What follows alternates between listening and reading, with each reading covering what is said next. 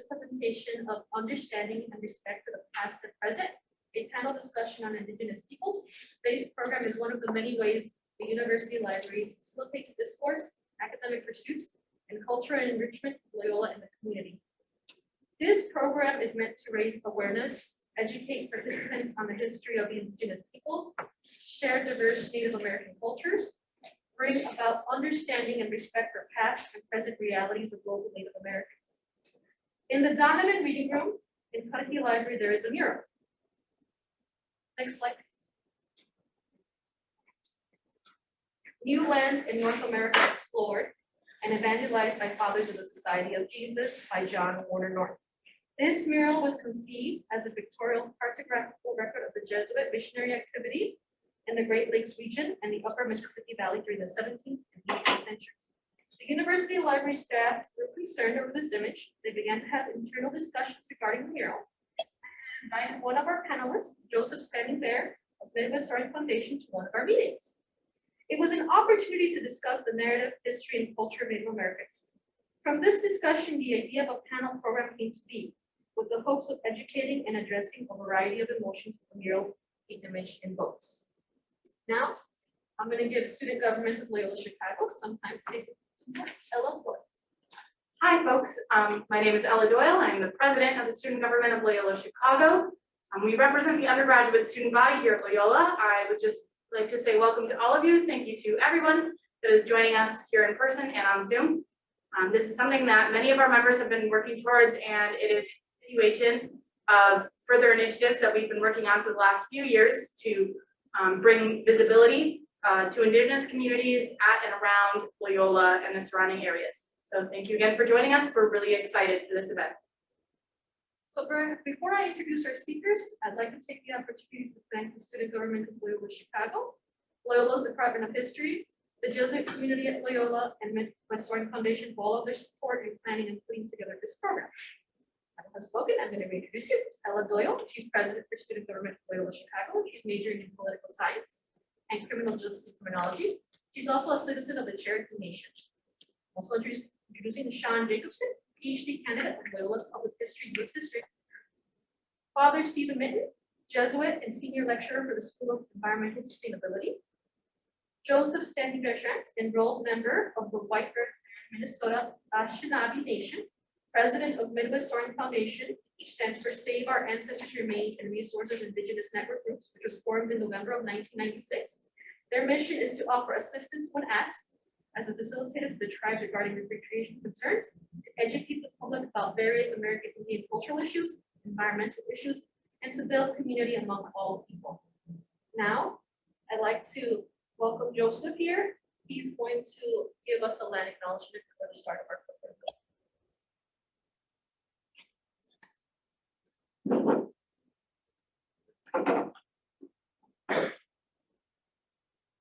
This means a lot to me and personally and our people. And when we talk about land acknowledgement, we have to realize why that's necessary. And why it's necessary because our Native people, we have the highest suicide rate, the highest dropout rate, the highest unemployment rate, and a bunch of other. And that has created a low esteem amongst many of our people. And to realize that this place that we're at is part of a nation which we call Turtle Island, North America, or United States rather. And many of you probably never thought about that, but that's 2.38 billion acres. 2.38 billion acres. Of that, Native people will only have 3% left. 3%. So that land acknowledgement is really important to me, and sometimes people want to thank the Potawatomi Nation because they're the last nation that was here. And even though the Potawatomi speak my language and their relatives, I often caution that we must thank all the Native nations. And I'm talking the last 10, 20,000 years, whatever. The different nations that lived here and passed here and whose very remains are part of this soil. Extremely important. We haven't forgotten. To do a land acknowledgement, we're not saying we're saying that we recognize that there's a change happening. There's a thought process amongst people, you know, and it's not until that thought process evolves, are we gonna be the people that we should be? I'm talking all people. So that land acknowledgement means a lot to me, and I wanna say that, you know, from Loyola's standpoint, we appreciate, you know, what that evolution has come to this day. I've worked on issues in 37 states, and you know, and more has happened, in my opinion, in the last 6 months than the last 60 years. There's a change happening, and I think because maybe COVID, maybe it's part of that change, maybe the war, I don't know, but you know, we all want something better. We want to recognize that, be happy, and from my standpoint, recognizing who you are and who we are, and how we're together as a people on this land that we call Turtle Island. You know, it might surprise you that Native people have the highest percentage of anybody that served in the armed forces, up to 80%. You know, because we value this land, we protect this land. It still means something very much to us. So with that said, I think we formally acknowledge that we're sitting on land that, apologize for that, that was not formerly, you know, belonging to non-natives, you know, and I appreciate the opportunity, and we accept the acknowledgement. Thank you. Now, Sean Jacobson, you will be serving as our moderator, so I'm going to hand this over to you, Sean. Thank you, Annette. As Annette said, my name is Sean Jacobson. I am a PhD candidate in the history department at Loyola, where I do research in kind of the intersection of Native American studies, American Christianity, issues of memory, and how we use cultural resources in our landscape. I do want to acknowledge that I am not Indigenous either to the Chicago area or even to my home state of Kentucky. In the late 18th century, my ancestors migrated and settled on occupied lands of the Chickasaw and Shawnee nations. So I want to talk a little bit about the overview of both the mural itself and how we can understand both the time period in which it was first created, as well as kind of maybe some of the hidden layers of meaning in ways that we can perhaps decolonize the portrayal of Jesuit Black Robes and the indigenous people of the Western Great Lakes. So if you go to the next slide, please. Thank you. So this mural was painted by a man named John Warren Norton, who was a Chicago-based artist and muralist for much of the early 20th century. The mural in Cudahy was actually late in his career. He began his career around 1907. He was a member of an organization known as the Cliff Dwellers. And if that name suggests anything, there was a deep fascination around the turn of the century and into the 20th century with this idea of learning about the natural man, so to speak, or the evolution of the human race. And so there are a few other places where you may find his art, including places in downtown Chicago, like the Chicago Board of Trade and the Chicago Daily News Plaza. And he was also a propaganda artist during World War I.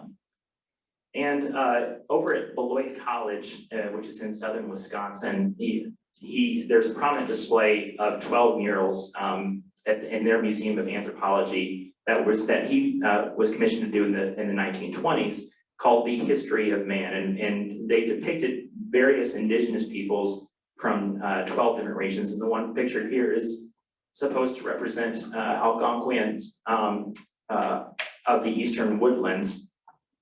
So the mural in Cudahy Library was created in the early 30s, and this is an important time both for Loyola as well as American Catholicism, because This was an era when many American Catholics were trying to assert themselves as rightful Americans, so to speak, or they were trying to assert themselves as a modern. So that's one of the reasons why a lot of the buildings that were built in the 20s and the 30s were in an Art Deco style, as opposed to the neo-Gothic architecture that you see at Northwestern or University of Chicago. It was a way to assert Catholics as fully compatible with American modernism.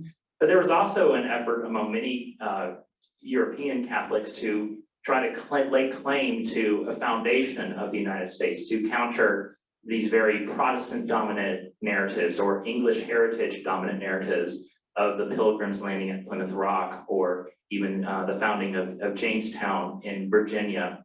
And so for American Catholics, particularly in the Midwest, their origin story, so to speak, is the relationships between the French Jesuit Black Robes, as they were known at the time, and these indigenous people in the Great Lakes. And go to the next slide, please. So the mural is actually based on a drawing by Father Jacques Marquette, who is a French Jesuit priest. And he was indebted to the indigenous navigators of this area, this whole land, in the Great Lakes. The most dominant native peoples here, this is not to exclude others, but the most politically powerful were the Anishinaabe. They can also known as the Three Fires Confederacy, comprising of the Ojibwe, the Odawa, and the Potawatomi.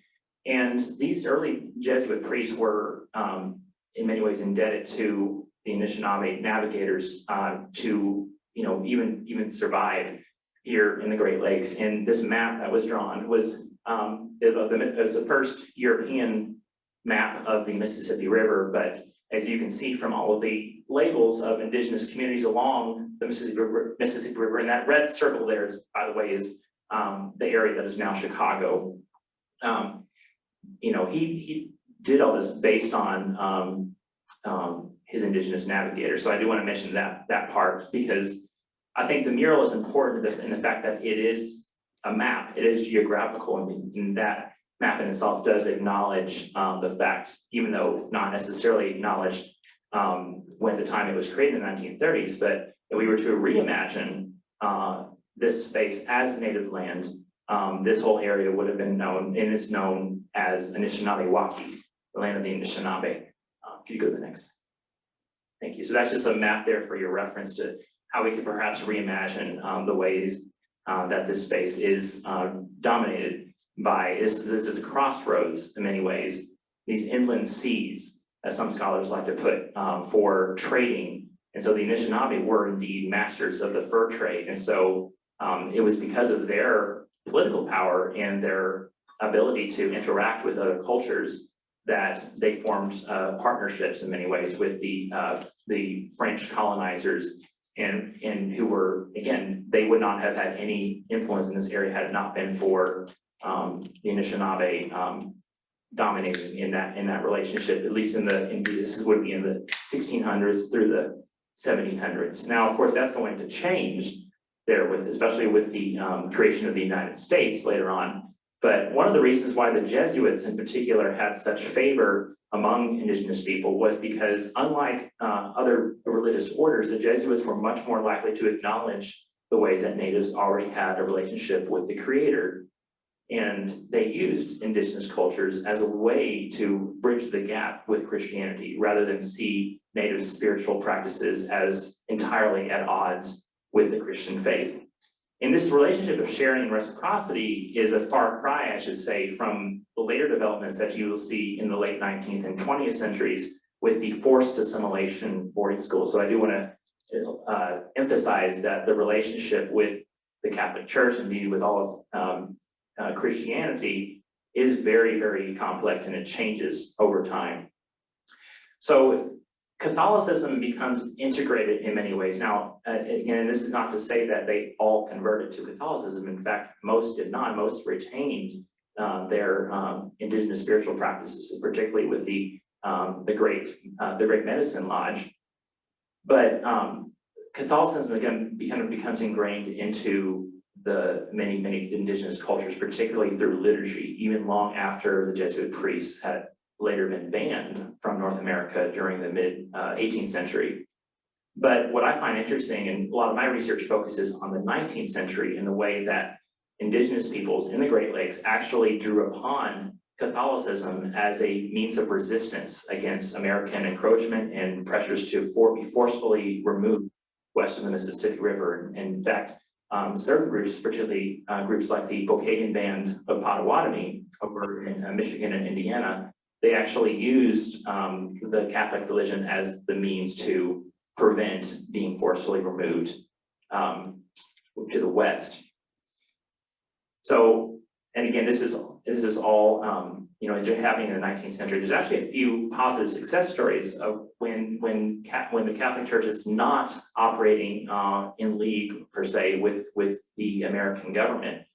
So, for example, Father Frederick Bariga, who's a missionary from Slovenia, actually works and collaborates with many northern Great Lakes tribes to create language tracts and translations. And so a lot of that spread of Catholicism in the 19th century was actually going hand in hand with the creation and preservation of those indigenous languages. Now, again, this is not to paint a rosy picture of the relationship with the Catholic Church, but it's something to show that the history is very, very complex.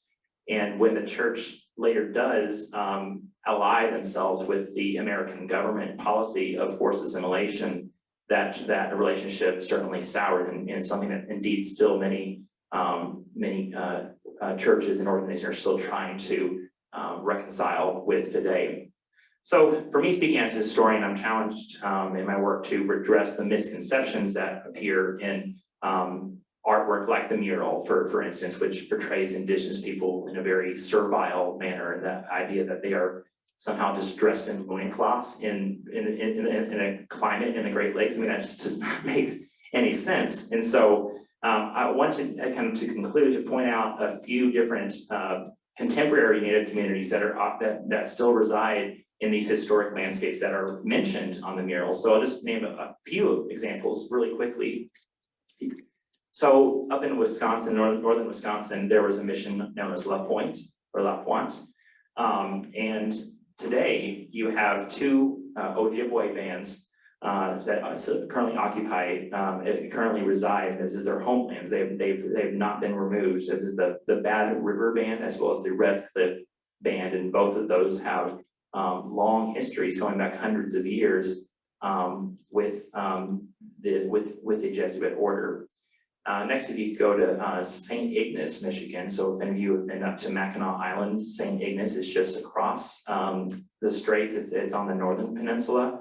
Over half of its population is native today. And so the city of St. Ignace actually operates the Museum of Ojibwe Culture inside a former Catholic mission on the site of the original Father Marquette mission from the 17th century. And so this is a perfect illustration of how members of the Sault Ste. Marie tribe, which is a band of the Anishinaabe, fused together their spiritual traditions from both the Great Medicine Lodge as well as Roman Catholicism. And they actually maintain the gravesite of Father Marquette. So one of the first Europeans to come here to Chicago, he's buried actually right outside that museum today. Finally, over the University of Notre Dame, some of you may know that university started out as a Catholic mission to the Potawatomi Nation. And so I mentioned earlier about the Pokagon Band of Potawatomi, and they have continued to thrive in that area, even as they have struggled for acknowledgement by the university to remember their history. And even as recently as 2020, the Pokagon Band has invested a lot. In fact, over $4.3 million of proceeds from the Four Winds Casino that they operate in South Bend for contributing to various nonprofits, healthcare, food banks, as well as language immersion programs. So all of this is to say that there's a lot of surprising legacies and these historic landscapes that that mural really covers up in many ways. And so it's good for us to use those same landscapes to uncover the complexities and understand that resistance and adaptation are not mutually exclusive categories. So I want to conclude for the sake of time, but I'm happy to talk more about it. I want to hand it over to Ella now. Thank you. Awesome. Thank you so much. I am coming to you all as a representative of the undergraduate student body. I've been asked to serve on this panel to provide student perspective. I was introduced, so you all know, I'm a junior studying political science and criminal justice. And from the perspective of student government, what I am able to bring to this panel today are the initiatives that we have been working on over the last few years in order to help increase Indigenous visibility at Loyola, especially in regards to this mural and more. I started my first year at Loyola and I had only ever met one other Indigenous student. Had a lot of trouble finding different resources and avenues, and was confused by the lack of recognition at all within the university. So within my work as a first-year senator in student government, in February of 2020, I was able to pass the Recognition of Indigenous Peoples Day resolution through the student government.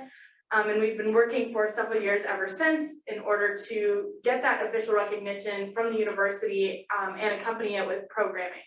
So that is something that we're really looking forward to. Additionally, Joseph Standing Bear had an excellent land acknowledgement today. We're really thankful for that. And I was really honored to be able to sit on the land acknowledgement committee, which over the last few years has helped formulate a land acknowledgement that was approved by Dr. Rooney as official for the university. And we have also worked to incorporate Indigenous land acknowledgements into sporting events here at Loyola, into our own articles of governance and official documents within the student government. And recently, we are looking at recommending land acknowledgements be included in class syllabi as well. There is further discussion as to what more we can do. A lot of what has been done already regarding these topics has been purely performative and just taking the first step. If we're able to do the basic recognition and the basic performative actions, that lays out steps ahead of us so that we can move forward with different things like this panel and move toward tangible change when it comes to Indigenous visibility. I'm happy to answer any other questions. I hope I was able to provide a little bit of perspective as to what I'm here to provide. And I will pass it over to Joseph Standing Bear.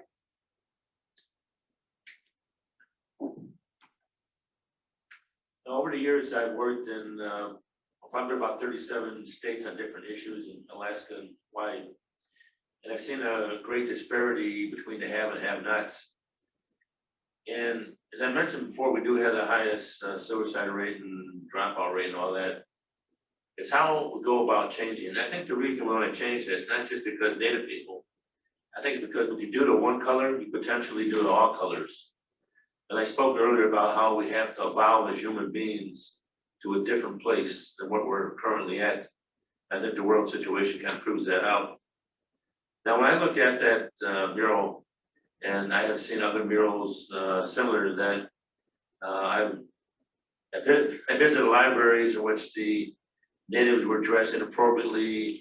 Normally, they're laying on the ground and their little hands are up, asking for help, and somehow the people that are not native are always larger, bigger, stronger, everything. And that actually many times was not the truth, because we were a very hardy, strong race, and we weren't reveling in, like, it's shown on that. You alluded to the fact, the history of the mural, which is interesting. But when I see that mural, what I see is, well, from my heart, and I don't mean to hurt anybody's feelings or anything, but what I see is that, we didn't ask anybody to come or teach us or do anything for us. We already had a culture. Our people were strong. We had faith in our families. we had respect and reverence. Now that's two very important words that I speak on. Reverence and respect for the earth, for ourselves, for each other. And it wasn't until the westward expansion that, tribes bumped into different tribes and caused hostilities, which existed for many, many years. But that picture to me, it's one side of the story, but doesn't illustrate, as you alluded to earlier, the complexity, particularly later on in the church's history, with some of the things that were not good. I can speak a little bit about the orange shirt and what that meant as far as getting our remains back from these schools that supposedly were helping our children and died by the thousands. And I want to say something about that just briefly on that. My grandmother rather, she was one of the people that went to boarding school. And for all the years that I knew her, I was kind of curious of what happened there. And I'd say, Grandma, tell me something about those days. She could not ever speak one word of what she went through with those times. Her eyes would glaze over, she'd walk away. And I'm talking to my grandmother for years, not one single word. And I've heard stories from families that have been passed down, some of the things that happened, and I don't care to mention them right now, but I'm gonna write a book on that because I feel that truth needs to get out there, the truth. And I will say that there's good people and bad people in all faiths and religions, no matter where you're at. There always will be. There's that good and bad, the yin and yang, and somehow we have to expand the good side of what we are. Gandhi says, and we hope to be that change that we hope to see. And I hope that that change occurs before some dreadful thing happens to our planet, to our people in general. But history is always written by the victor or those who have more power, and knowing my people and the stories and everything that goes along with that, history is a little bit different than what most of you have been taught. There's different things, even Thanksgiving, the true Thanksgiving, and those accounts somehow get watered down and changed into some Happy Turkey Day type thing, and it's not a Happy Turkey Day. I had 3 chiefs in my family, and they had a seed land that they didn't want to seed, and sometimes people think, oh, gee, we just wanted to get rid of land, or we were tired of land, or whatever thing, but we didn't, had no choice. We were militarily forced to remove ourselves from our homeland, our burial sites, and that means a lot to us. So I'm hoping that this first step, which I'm really happy that we're all here talking about this, needs to be addressed. Each one of us is a seed planter, and we have to have the truth. And Annette in the library, I'm real happy that you guys brought the issue up, because I think a library or any school that doesn't speak the truth is not worth it. It's not a teaching place. Sometimes the truth is good, sometimes it's not, but the truth is always the truth. And I think from that standpoint, we can grow as human beings and hopefully learn from our mistakes, I hope, to become the people that we should be.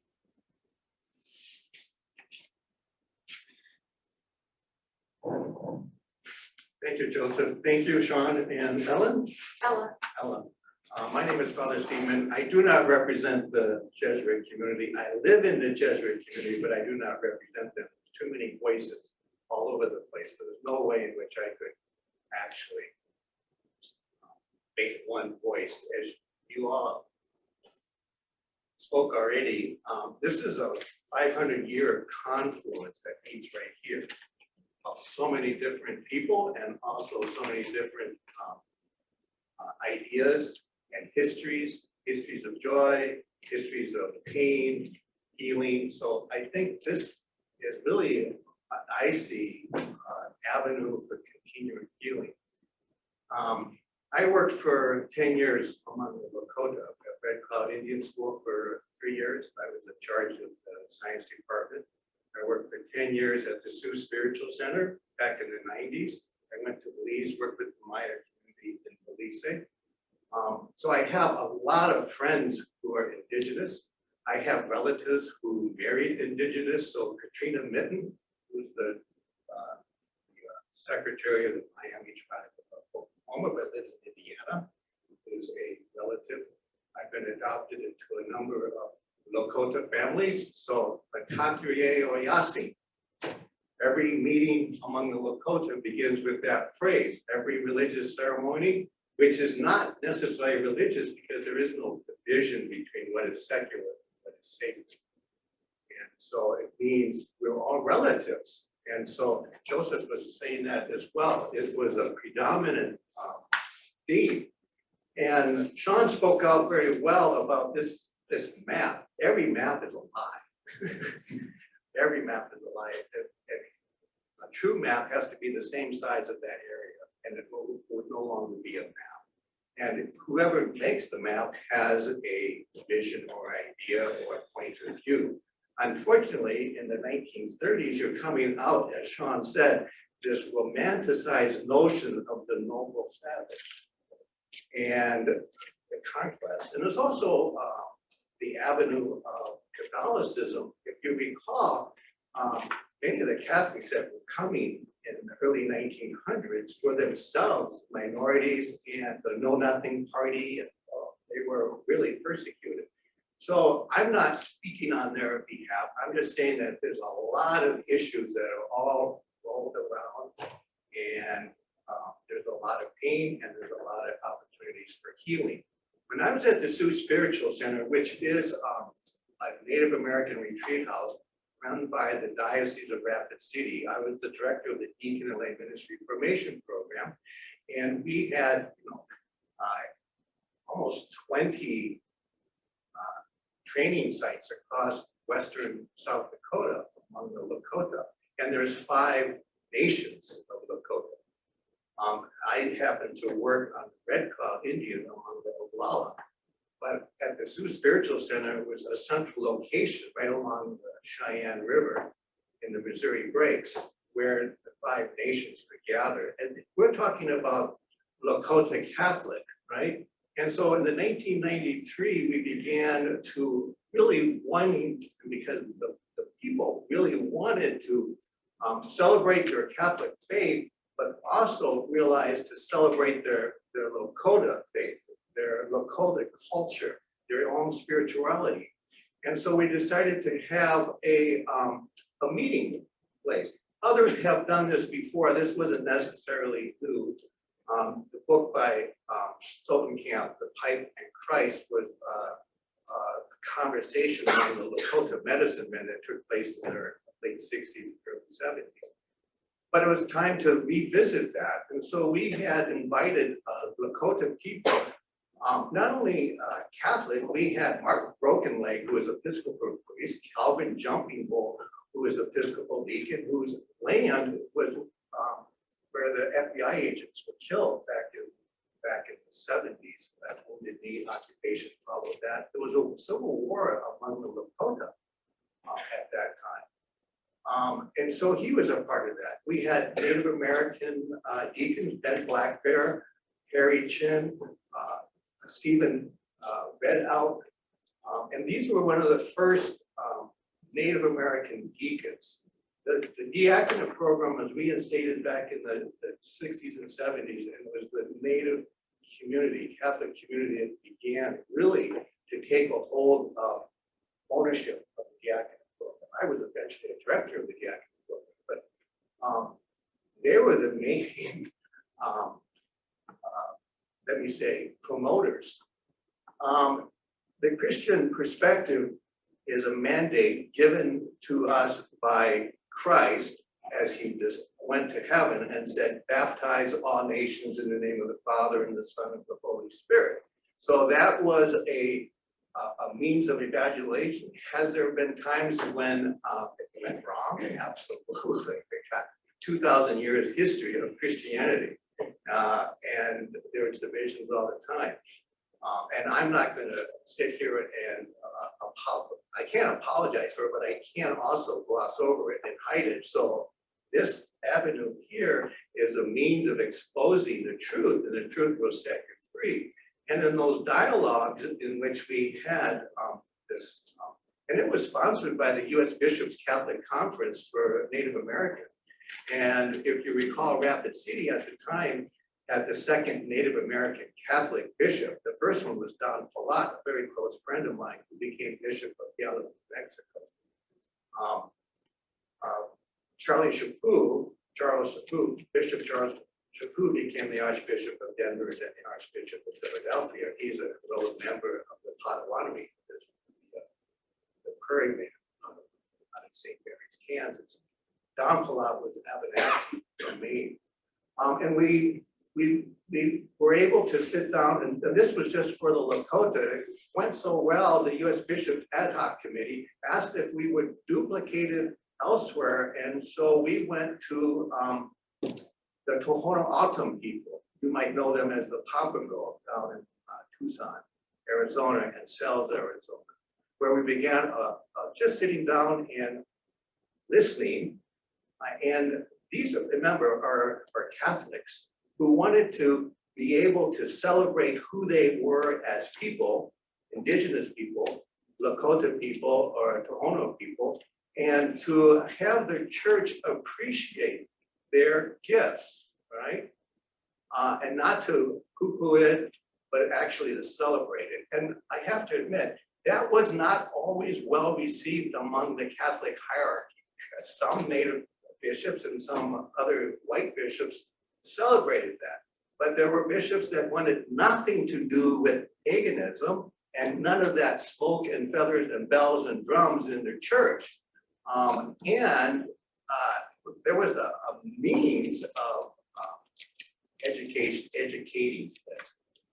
educating some of the bishops.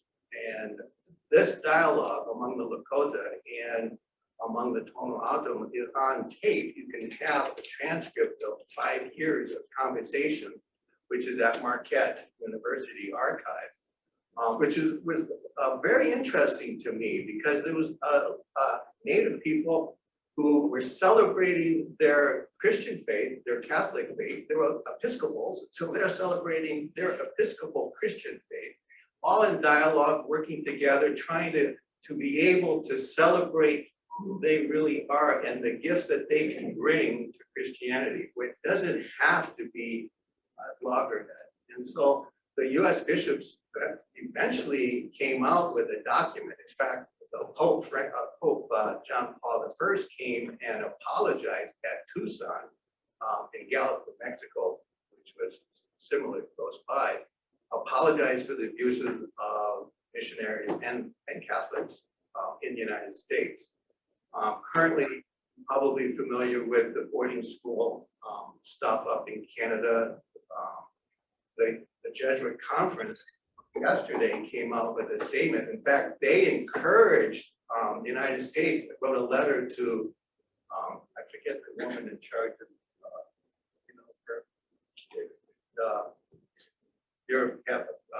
I'm sorry, I blank, but encouraged her to do not, pass any stone, turn every stone over across the United States with our boarding schools. The Jesuits had 22 boarding schools that we know of. Most of them didn't last but 7 or 8 years, but some did, much like Red Cloud Indian School from 1888. The Jesuits went there because Chief Red Cloud asked us to come. I mentioned it to the panel once before that many of the society's missions in the Northwest were invited by the Blackfeet, the Coeur d'Alene, the Shoshone, because they had already been Christianized. By who? By Iroquois Christians who brought the gospel from the 1600s. Kateri Tekakwitha is the first Native American saint. She's canonized. She was a Mohawk girl who died at the age of 24. I have a document here, which is very interesting. You've heard of Nicholas Black Elk. Are you familiar with Nicholas Black Elk? He was a medicine man. In 1884, he and a whole group of Lakota hopped on a wagon and a ship to go to Europe on the Buffalo Bill Wild West show. and he was a young man at the time. He became eventually a medicine man, a native catechist. But in 1884, he signed on for a letter to the Pope asking for her cause, Cudahy Library's cause, to be investigated for the potential of her becoming a saint. There was 970 Native people who signed on. In South Dakota, there was 57. There was 150 Lakota from North Dakota. There was 35 Ojibwe. So there was a huge number of interest by Native people. This was arranged by them. They wanted that. They wanted an Indigenous saint. So I can go on and on and on. And so going back to this statement about the Sioux Spiritual Center and this dialogue, out of that conversation, the Lakota people wanted a retreat in which their Christian Catholic beliefs and their Lakota spirituality could be integrated and celebrated. And so we started the Junkuaka, which is the Holy Road in Lakota. I can't tell you how moved I am by seeing Lakota Catholics lay claim to their Lakota-ness. It was powerful, healing. To think that they would be ashamed of their own personhood hurts people. Apologize. I have learned so much from Indigenous people. I'm going to just close with one story of healing, and that's my hope for all of us. I taught biology at Red Club University. Last week of school, one of my students was killed outside of her house across the street at the church in Kyle, South Dakota, by a drunk driver. I was invited to be a part of that family's wake. It was 3 days long. It's the Lakota tradition. And wakes go for 3 days, and everybody in the community comes. And so it's in the gymnasium. And I was there, and at the day of the funeral, and they were Catholic, they had a Catholic mass. The families gathered in front row, and you have to picture all the bleachers filled up to the max. Spencer, the father of Colleen, I saw him get up, and I saw him go up and go down as if he was leaving the auditorium. And then at the edge, he walked up the stairs. And in the very corner was a man, a young man, 18 years old, in which he reached out and shook his hand. Then walked back down, walked down the aisle, and sat down at his chair. I didn't think anything of it.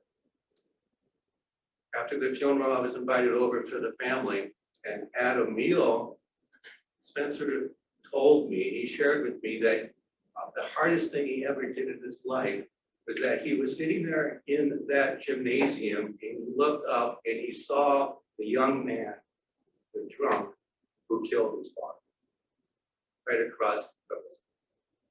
And he said, I got up there to actually kill him. I walked down the aisle, I walked up those stairs, and I wanted to kill him. But when I got there, it wasn't him anymore. Who I saw was Jesus Christ, and I could do nothing more than offer my hand in friendship. He said, Steve, I have no idea how that happened. All I know is that I pray the Our Father every day, which is to ask for the Creator's forgiveness, as I know that I have been forgiven. And that's who it was. It's a miracle. Spencer's wife didn't see it the same. She looked at him and said, how in the hell could you? We got options like this. This is a story that touches all of our hearts, those choices. I went way too long, I'm sorry. Thank you so much, Father Mitten. So I want to open up the floor now for discussion. So I know we have people both in person as well as on Zoom. So if any of you in person already has a question, please raise your hand and I'll repeat, or actually Jocelyn will hand to the mic and you can say your question in the microphone so that people on Zoom can hear. And then we'll also be getting questions from the chat. So would anyone like to ask the first question? Or maybe I can talk loud. I just want to know. It's for people on Zoom. Oh, I see. Yes, I'd like to know the percentage of the Native American. No, I mean, like we have percentage, 20% from this race, 20%, whatever. I'd like to know the percentage of the Native American. Indigenous people make up about 0.1% of the US population. I'm sorry, Indigenous people make up about 0.1% of the population. I believe I'm correct on that. And that is also reflected here at Loyola, that proportion. Among Native people, about 17% would claim Catholicism. I don't know how many would claim Christianity. but are they, you look at them from the religion viewpoint or from the Native American, you know, I mean? Well, that's the data that we have. Back in 2010, the US Bishops Conference sent out a poll to everyone, every Catholic church in the United States, asking for what the numbers are of them who are claimed Native, who claim themselves to be Native Americans. And so it was about 17%. There's about 400,000 Catholics who are Native. It's hard to get a real read because are we talking about enrolled members of federally recognized tribes? Tribes that are recognized not by the federal government, but by the state governments, like in the Miami tribe of Indiana, or people who claim that they are descendants, they have Native American ancestry. So that's the record. You can take it or leave it, but about 20% of Native Americans would say that they're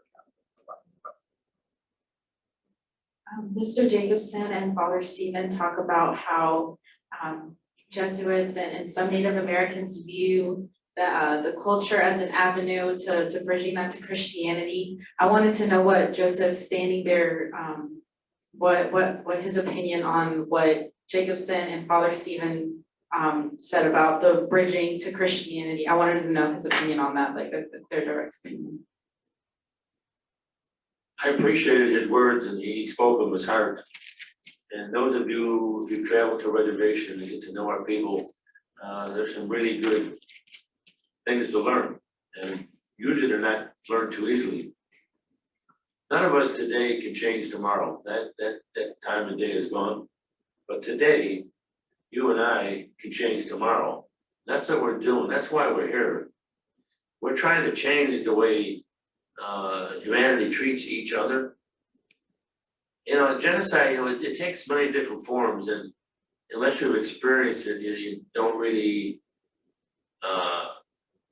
understand it. For instance, there are several museums I've visited recently, and after going through top to bottom, not one single Native anything. And I've asked the people there, I said, well, is this the history of this area? They say, yes. They say, yes, it is. Well, I said, what happened in the last 20,000 years? There was even a state museum, I won't mention where. A state museum, there's 4 branches of state museum. And they had nothing, absolutely nothing. So if you're a Native child or a Native person, you go to a museum or a thing like that, you become a nothing. You know, you're zero. I can tell a short story. I think it's important to kind of illustrate that.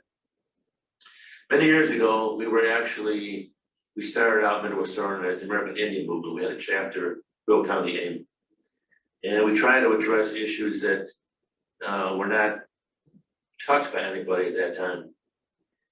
And there was a burial ground that we came to protect, and this burial ground was Miami people. So we had a convoy of cars that stopped in a certain place, we prayed, and we went to the Lennox, we had another area we prayed. And while we were there praying, we had 150 people. We're surrounded by police who were taking down our plate numbers and stuff. And then one of my people says, he says, Joe, we're going to the burial ground next, there's an army waiting for you. An army. Now we were heavily armed with prayers and drums. Prayers and drums. So I got them all together and I said, there's a potential for somebody being hurt. And I'm obligated to go there and I don't want you guys to go because of that misunderstanding. And 100% of those people went. So we're going down this Dusty Hill Road, there's a blockade going to the burial ground. And there were over 150 heavily armed police from all surrounding townships. There was FBI, there was camera crews. And these three guys that were standing behind the blockade, they said, why are you here? So I said, we're here to pray for our ancestors that you're disturbing their sleep, because there was a bulldozer, there was a distance. So they went off and they had a little talk and they come back. And he said, we, meaning those three, we decided to give you the right to pray today. So I stuck my finger in his nose. I said, no, Creator gave us that right to pray. We're here today to pray for our people. So they went back over there again, had a little talk, and they said, we decided we're gonna open that gate, but tell your people not to desecrate the ground. Now, there's a bulldozer, we got prayers and drums. So why tell the story? Because I want to tell you why this is important to me. To my right, there was an elder woman, Helen, and she was in a wheelchair for many years and she had not walked. But her generation was of that time period, they never had a chance to express their nativeness. They were always beaten back. And she was so proud to be a part of being at that line. So when they moved that gate, she's struggling.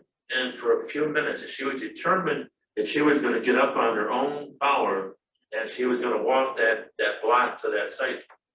So when she finally got up, I had people hold her on the left or right. And we started down. Now you got to picture this. There were 5 people abreast, and Helen was in front. And we're flanked by these guys with the shotguns. And we got around the burial pit. And our medicine man, Archie White, then, we're in a circle and the police around us. They're holding their shotguns. And he said, grandfather, bless these poor ignorant guards and their family. So with that said, all went down their side, they unclipped their guns, and they're ready to start blazing away. Well, again, I say we were heavily armed with prayers and drums. Not a stick or a stone, not a bad word. And he said it again, he said, grandfather, bless these poor ignorant guards and their family. And they realized that he was blessing them. They took off their glasses, they clipped their guns, they put their arms. And that began the standing honor guard for 3 years at that site.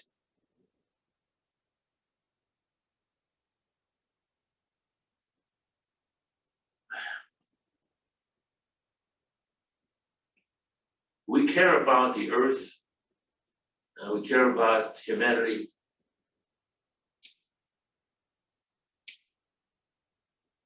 It's important to us.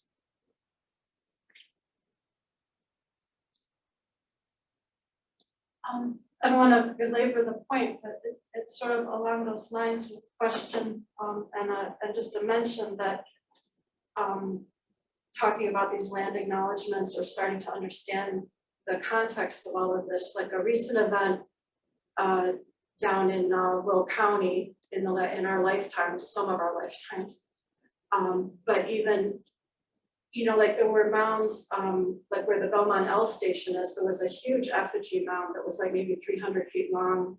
I don't remember if they thought it was a turtle or a lizard or some other thing, but that's, we don't even know that was there. And so along the same lines, as far as actual people, there was a question about how many people claim native ancestry versus maybe how many people currently are, consider themselves, I don't even like this language, as far as their self-identification. But my understanding from things I've read recently is that modern anthropology was looking at North America pre-settlement as at least 100 million people.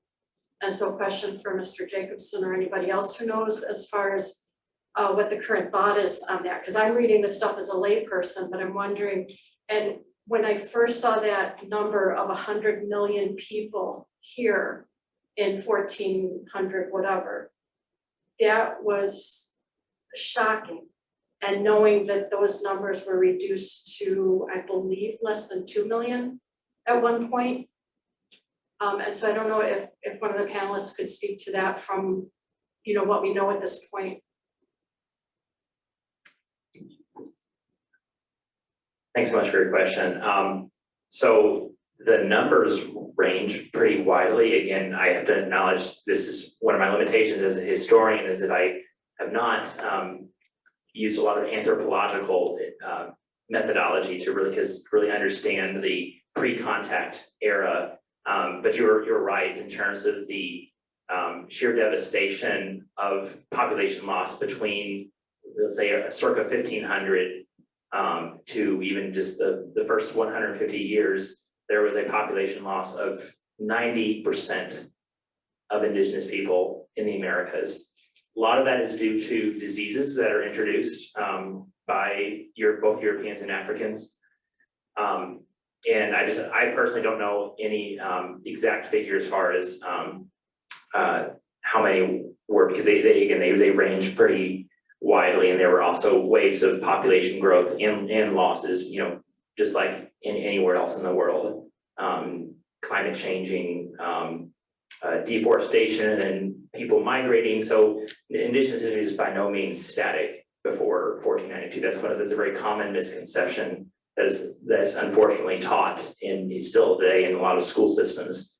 That there's still a lot of work to be done, I would say. But I don't know if you want to comment. Yes. Yeah, I want to take a second to talk about blood quantums, because I think that does play into the question that you asked. Different tribes are able to accept members into them based on their own volition and definition, and one of the most common ones is a blood quantum. You have to have this fraction of Indigenous background in order to be a member of the tribe. Blood quantums were not created by Indigenous people, they were created by colonizers, and they've had a detrimental effect on the way that people identify. I can speak to my own experience in that I'm able to hold a dual citizenship with Cherokee Nation.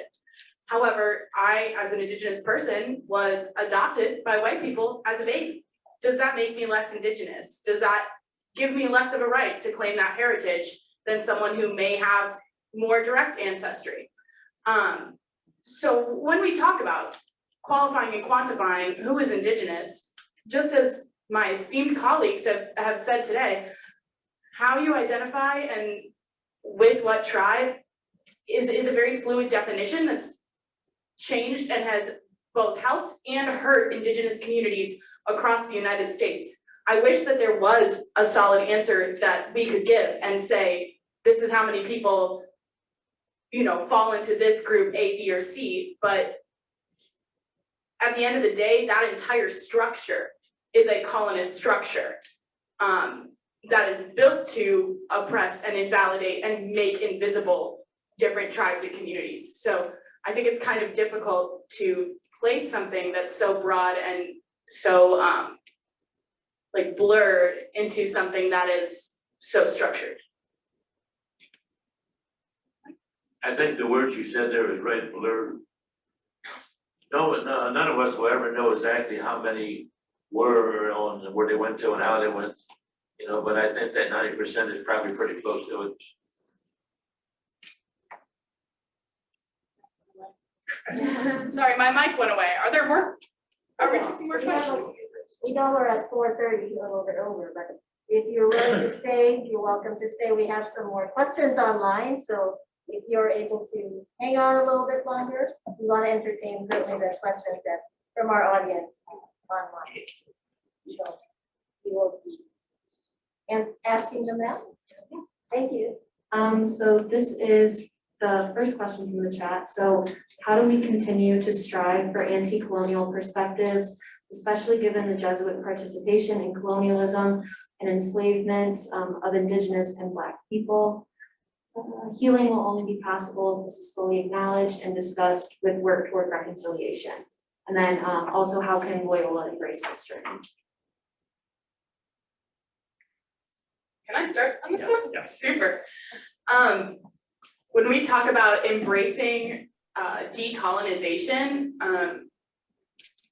SGLC has taught me a lot in the time that I've been here, and a lot of the things that I've had the privilege to learn about has been diversity, equity, and inclusion. And that asks who is at the table, whose voice is being heard at the table, how are we valuing the voices that we're hearing. Decolonization asks who built the table, why it's there, and why we're still using it.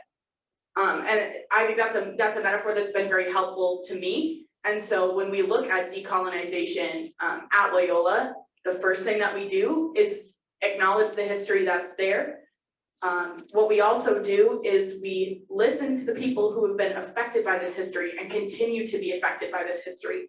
And we strive to create spaces where people feel comfortable sharing that, right? Whether we're talking about the Black community at Loyola, whether we're talking about the refugee or immigrant community at Loyola, whether we're talking about the Indigenous community at Loyola. Finding spaces for people to feel safe sharing gives us the first opportunity to acknowledge the effects of our history as an institution, as a region, as a country, and what the real living effects of those are. I don't speak on behalf of the Indigenous community of Loyola or of anywhere else. The best advice that I can give as far as moving forward is past acknowledging and listening. How we reduce harm and move into a more equitable future is by listening to the affected parties and asking them what they need from us, especially in places of privilege. Anybody else want to answer that? But to say a little bit more, some of the result of that is what I said earlier, the highest suicide rate, highest dropout rate. So that lingering has remained and obviously has not changed that much. So the question is, how do we change things? Well, we tell the stories, we get the information out, we try to treat each other equally. Even in this school here, there should be a student native association that's up and running, so those people that want to band together, like any other group of people, can feel safe, can feel in a safe, environment that they can express themselves. It's pretty hard when you are a Native person. There's so many differences. I could go on and on, but even as far as if you went to a Native traditional meeting and you were sitting on the side and you were watching a meeting and the speaker, you're going to see the people are looking around. They're not looking at the speaker. But we consider it to be very rude to stare at the speaker. So we're listening with our heart, we're listening with our mind, and we're looking around just, weighing your words. And it's the exact opposite of the way where you're looking at you. I'm so sorry. Yeah. Right And here. that's pretty much all the same of our knowledge is that same way. It's not how we think, it's not how we look at stuff. We look at the next 7 generations now. We consider there to be 7 directions. The 4 cardinal, above, creator, below, and within the 7th. And when I give a ceremony, I always tell people, that is the hardest, I think you'll agree, the 7th direction, the inner direction. But you know what that is? We're always pointing at someone else. And the elders told me many years ago, those other fingers are pointing back to yourself. And it's still our own misunderstanding as people that we're too rash, too quick to pick somebody else out. Now, I'm not saying there's not times that someone's gonna do something, there certainly are. But the majority of the times, if you're a spiritual person, and if you're an honest person, you're gonna weigh your words before you spout something out and start waving that finger around. You know, that's how we're gonna evolve, just take a little time and see who's really at fault, what the problem is. Now, in the case with the highest suicide rate and the highest dropout rate, scholarships, education, learning, you know, and you pointed that out. It's not just learning another faith, it's also learning about yourself again. Because, you know, we were so stamped down that, you know, the basic truth of who we were many times was lost. Up in Canada, it wasn't until recent years that the Native people up there had these family shields. And the government confiscated all of those, didn't give back. The right to vote, not to the 50s. You know, imagine serving, you know, what Second World War as code talkers, and we're not even citizens. You know, why do we do that? And do you know that the Marine that was attached to each code talker, what their responsibility was? And they didn't know that. If that code talker was gonna be captured, it was responsibility of that Marine to kill that code talker. So the Japanese didn't learn what the code was. They didn't know that then, it wasn't until after war. So there's many, many things that, you know, you guys really gotta look into the true history of what really happened. You know, not what they tell you, but what really happened. And sometimes that's a painful thing because you gotta analyze yourself. And that's not always easy. So the next two questions, they kind of go hand in hand, but they wanted to know, is there anything that you can see that the university libraries or Loyola as an institution can do to help honor Native American people in relation to the mural that is on campus? I think the best thing that we could do as a community is to actually recognize that there are Native Americans here in Chicago, 40,000 of them. The Cudahy Center at St. Benedict's Parish is very active, but the Chicago is the home to the first, Chicago Oldest. Yeah, the oldest, the longest continuous. What's the name? Yeah, American. In some ways, unfortunately, the mural does say to us that Native people are still here. We wouldn't be talking about this if that wasn't there. Right? Exactly right. So it's a sacred encounter. The Jesuits didn't really come to conquer, they came to baptize. And if you look at the very beginning,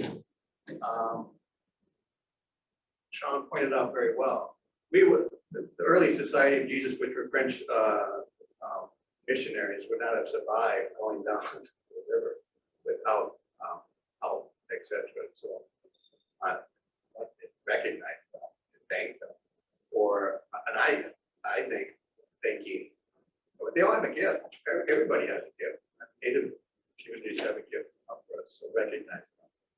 And Loyola doesn't have any Native Americans here because I don't think we ever made an effort of it. Creighton in Omaha does, primarily because it's coming out of Red Cloud Indian School on the Pine Ridge Indian Reservation. And just a quick ad, it kind of started with Ray Bucko, who was on this committee. He wrote a book on the evening ceremony, the Sweat Lodge, and he got his doctorate here at the University of Chicago, and he speaks fluent. But we were on this task force, and he began to talk with Creighton University to see whether or not they would be offering scholarships. So they did. Good students coming out of Red Club. It didn't work until they began to put clan mothers and chaperones on the in the dormitories, because the people, the students felt isolated all by themselves and stuff. So we were able to offer more scholarships so nobody felt alone, etc. So that's a possibility. I think Native communities might also know that Arube College exists for under service students, which is a 2-year kind of a community college within the association. Father Mitten, you're absolutely right that the presence of this panel shows that there are still Indigenous people at Loyola. However, for a lot of students, the only Indigenous people that they see during their time at Loyola are the people on the mural in the Donovan Reading Room. And I think that's a problem. I don't know what the solution is to the mural. There's an argument to be made that that is one side of the story, but it's the side of the story that has always been told and has always been idolized and has always been put on a pedestal. And I think personally that it has to come from everyone if we want to see a change in the mural, whether it means that we're adding something to contextualize it, whether it means that it is being placed somewhere else or donated to a museum, or whatever the solution ends up being here. It has to be a combined effort. Students from Arupe, students from our graduate schools, from our undergraduate schools, faculty, staff, and administrators. These things take time, and they take research and they take solidarity, and I think that's the most important thing when we're talking about like tangible steps forward. That's been the most important thing in pretty much anything that I have seen get done during my time at Loyola. I also think that it's important to acknowledge the large number of Indigenous people that live in the city of Chicago, and something that Loyola can do to better acknowledge that is to create or host spaces for activist groups like the Shy Nations Youth Council, or spaces like AIC or the Cudahy Center. Unless we make ourselves safe and available for these populations and communities,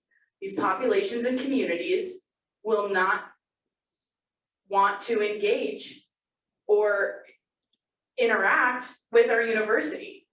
We're not offering anything other than this mural. So what reason does anybody have to come and engage with us on it? I'd like to also add one more thing here. You can help by what she just mentioned, doing that. And we also have our center, our native center in Lockport, Illinois. I have brochures back there on that. And we're gonna do our powwow September 17th, 18th, Page County Fairground. Be involved in the uplifting. I'll tell you one more story about Black Robe.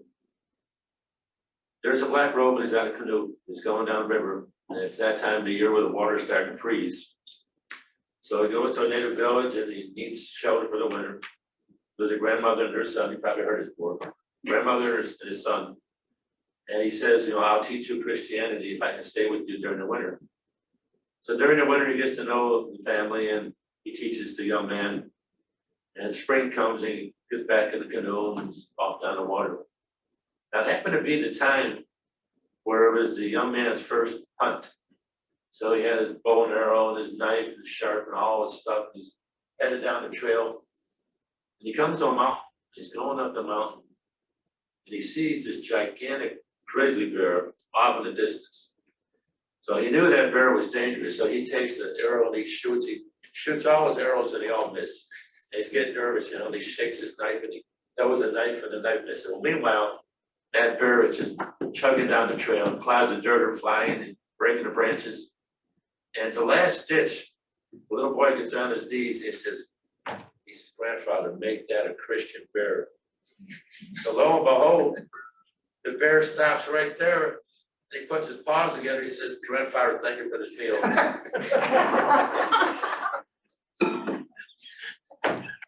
Oh, yeah, that's native humor. That's how the bear works.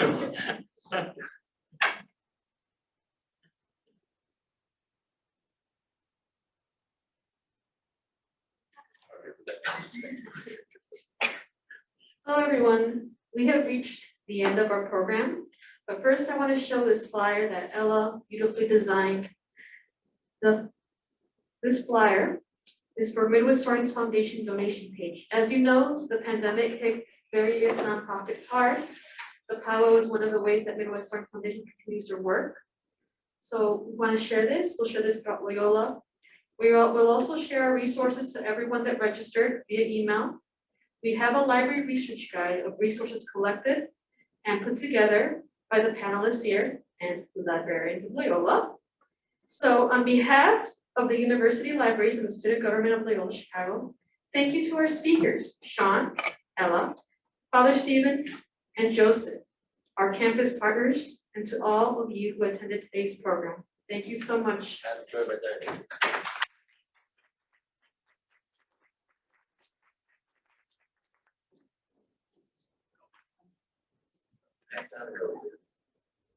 Spencer had a few flyers to get on that. I've always been a fan. Oh my God. So, Mr. Mayor, You're good. oh,